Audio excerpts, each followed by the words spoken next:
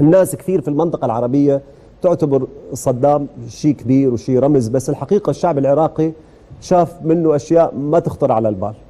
يعني هذه للتاريخ. أنا أعرف في ناس كثير تحبه في العالم العربي، في مصر، في المغرب العربي، في يعشقوه في فلسطين لأنه كان كثير جيد مع الفلسطينيين، بس مع شعبه أنا أشهد على الله، يشهد على كل كلمة أقولها. كان معي 400 واحد في السجن، 2 بس عشنا منهم، و400 واحد ولا منهم واحد يستحق حتى ينسجن شهر، ولا سبب يخليه موجود في هذا السجن اللي ما حد يعرف فينا لا أهلنا يعني من ولا 400 اللي كنتوا في السجن يوميا الصبح 398 اتعدموا؟ كلهم احنا واحد وشخص شاب ثاني نسيت اسمه، كان هو بس اللي طلع حي من السجن، والباقي كلهم كل يوم انعدم. الصبح يحصل ايه؟